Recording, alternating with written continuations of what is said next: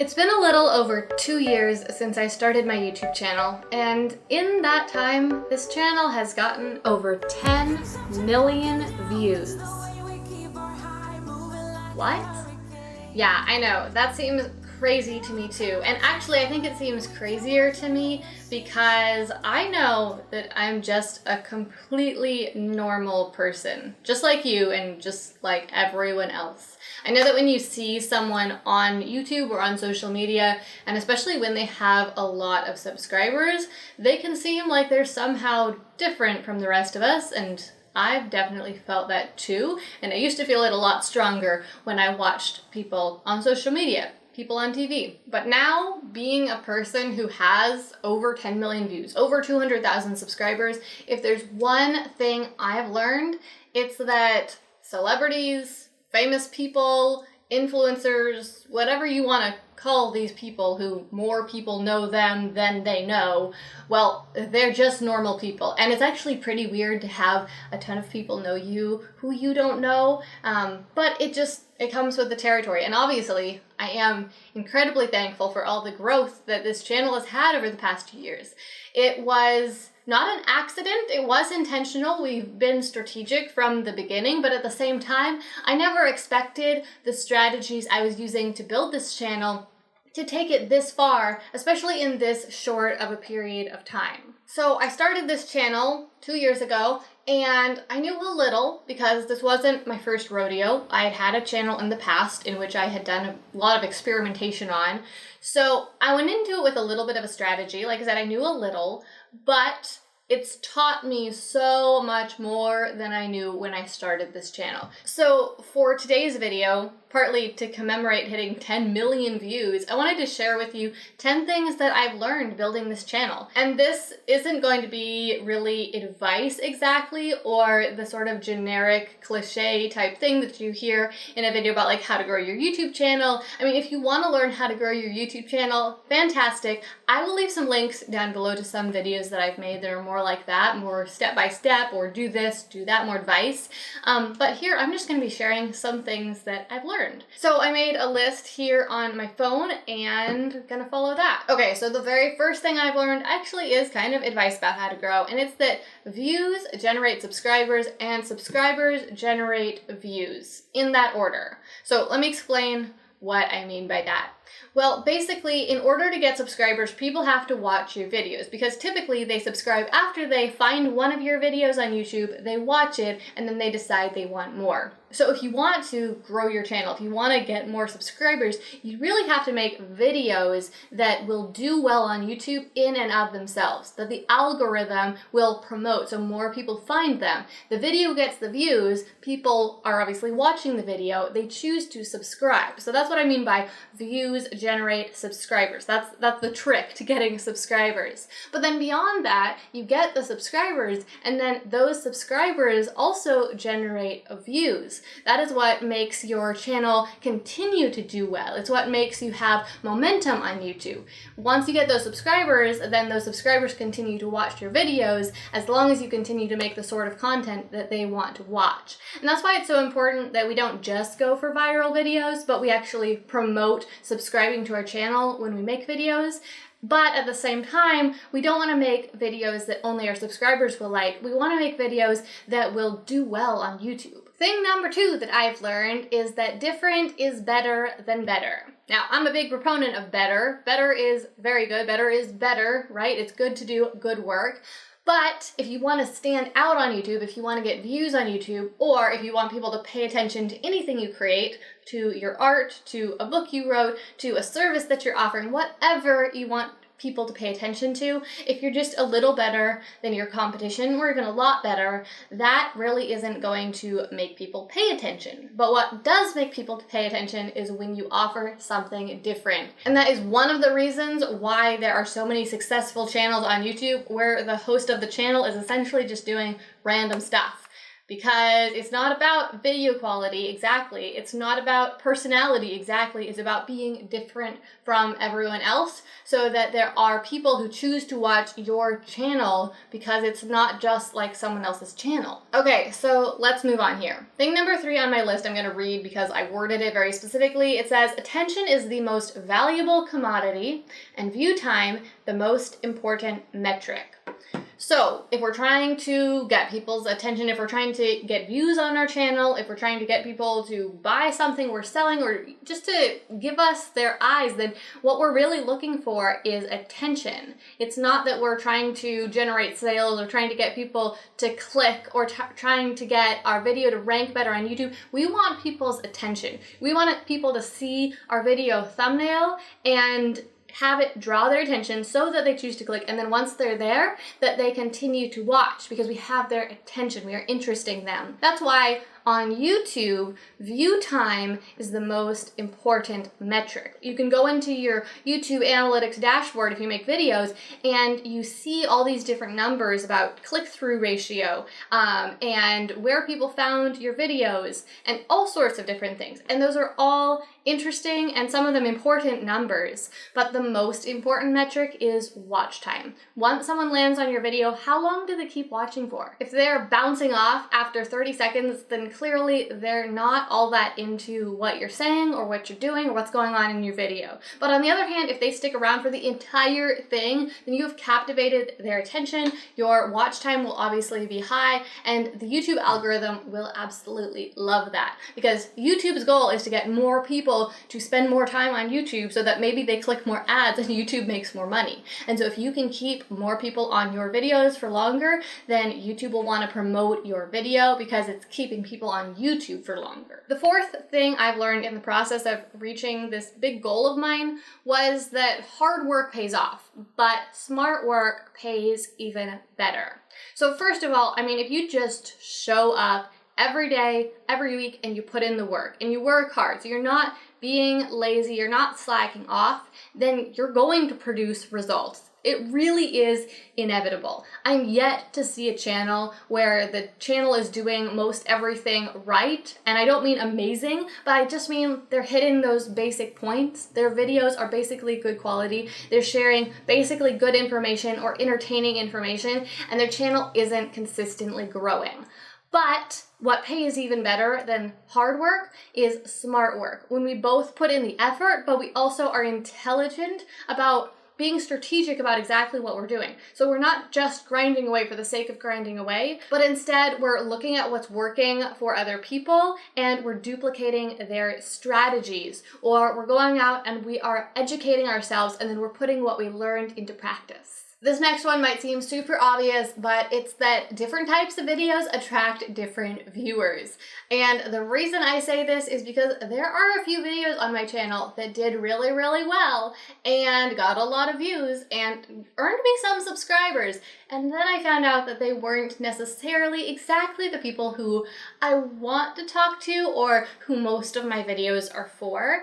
So if you're building your YouTube channel, I would just say don't go after just things that are popular. Think about who would want to watch that video and think about if those people are your people, those people are the people you want to talk to, those are the people who will want to watch the rest of the videos that you make, because not only do different types of videos attract different types of viewers, but also how the algorithm works. If you have a bunch of subscribers who are interested in one thing and then you make a video about another thing, so they're all interested in thing A, you make a video about thing B, then YouTube suggests your videos to some of your subscribers, a small percentage of your subscribers.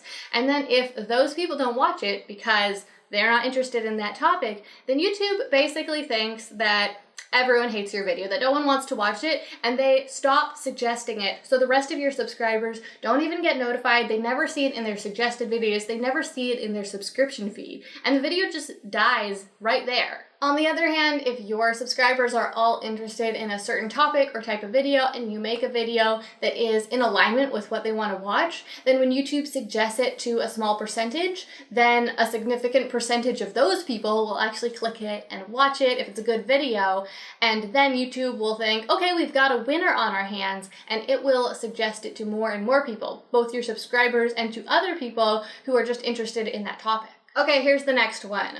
Quality is greater than quantity. It's more important to make better videos than it is to make more videos. And the reason for that is that making more videos doesn't make people want to watch your videos for longer, and the videos that YouTube recommends to people are the videos that people watch for longer. So if you want to get more views, then you need to make better quality videos so that when someone clicks on it and watches it, they watch it for a longer period of time, YouTube likes it, YouTube recommends it to more people.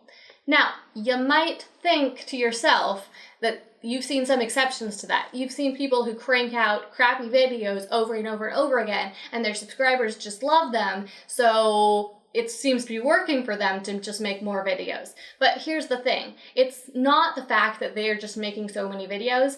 There's something about that person that their subscribers really like. There's something about their personality or their sense of humor or the type of video that they make that their subscribers love. So their subscribers click on their videos and watch them all the way through. And that's why YouTube is suggesting them more and more, and they're getting more and more views.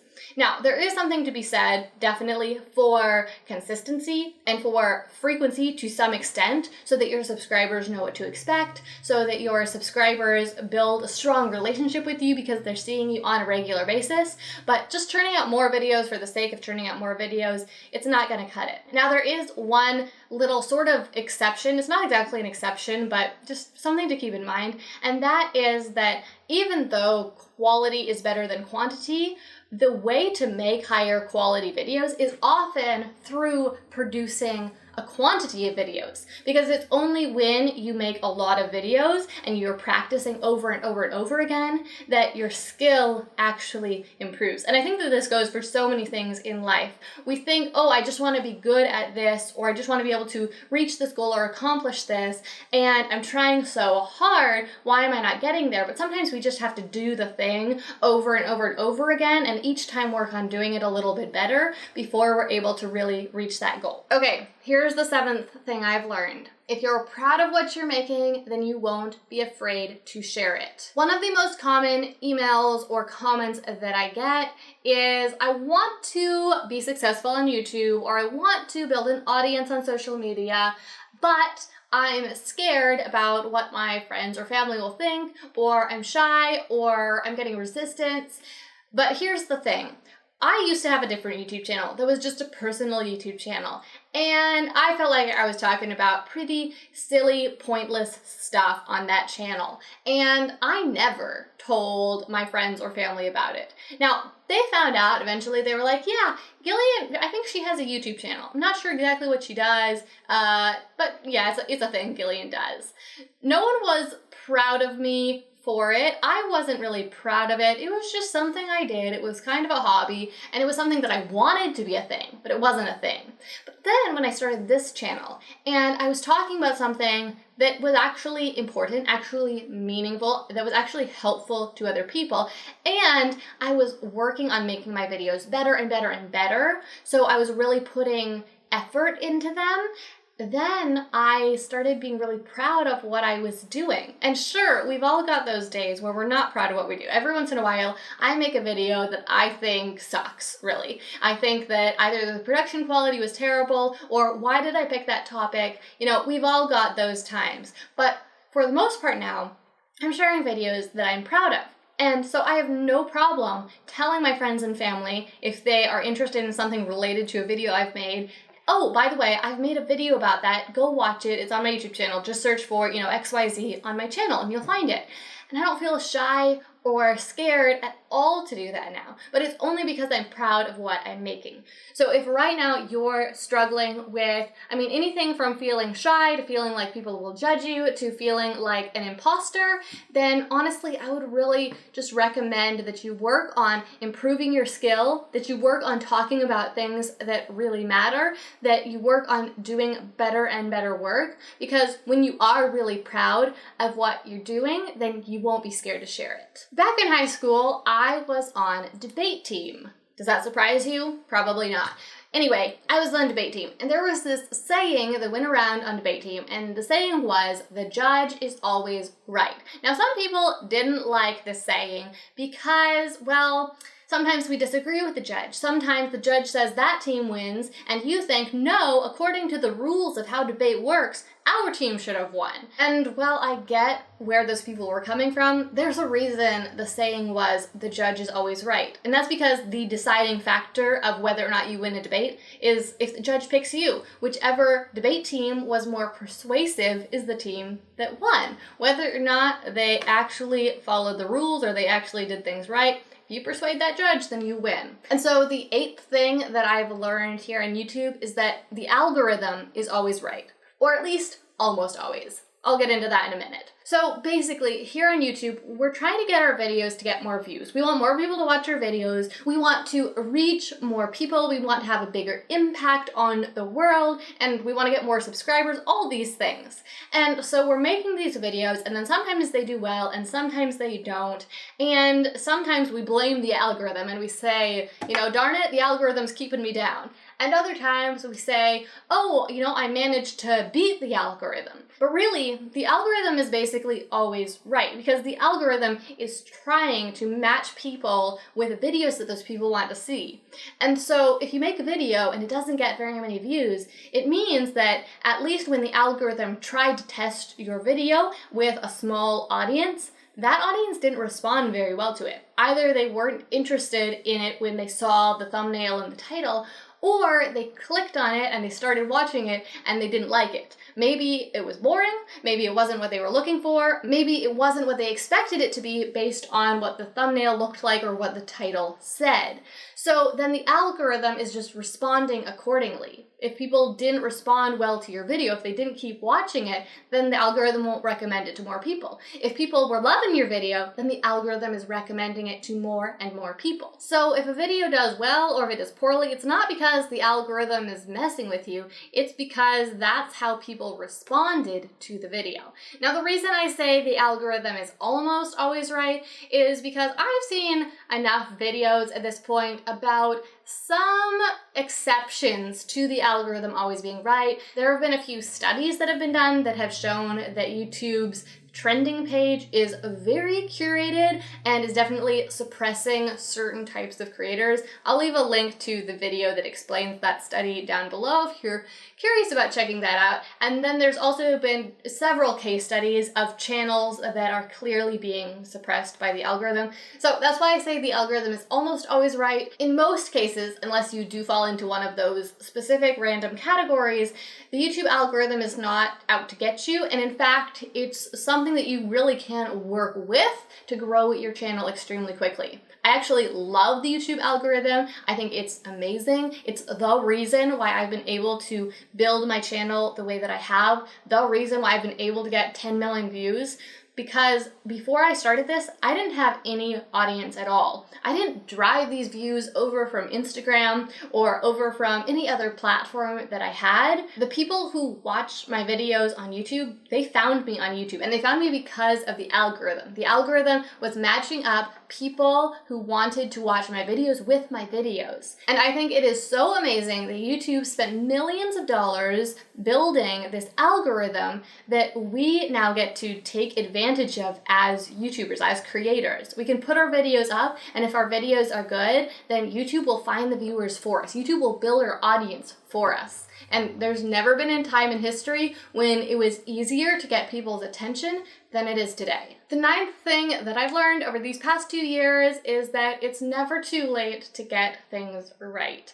And I say that for a couple of reasons. First of all, because there's been times on my channel when for weeks or months my views weren't doing very well, and I thought, oh no, my channel is dying. But then once we got a little bit more strategic, once we worked a little bit smarter and we figured out better video ideas or better ways to make videos, we were able to turn things around and get those views way back up and see a lot more growth.